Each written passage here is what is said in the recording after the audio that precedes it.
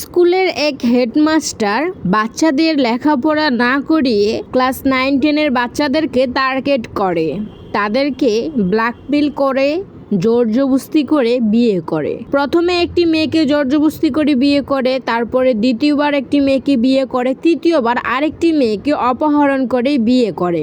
বিয়ে করার পর মেয়েটিকে ইউজ করে অস্বীকার করে যে আমি ওই মেয়েটিকে বিয়ে করিনি। তখন তৃতীয় মেয়েটির বাবা মামলা করে। মামলা করার পর সেই হেডমাস্টারকে পুলিশ গ্রেফতার করে। তার কিছুদিন পর জামিন নিয়ে হেডমাস্টার বাইরে এসে আবার ওই মেয়েটিকে অপহরণ করে নিয়ে যায়।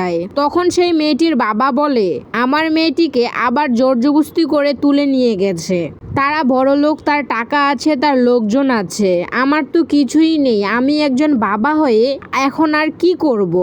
সেই এলাকার লোকজন বলে, এখন আর ভয়ে মেয়েরা স্কুলে যেতে চায় না, তাই আমরা চাই এই হেডমাস্টারকে সাসপেন্ড করে দেওয়া হোক, তার উপযুক্ত শাস্তি দেওয়া হোক।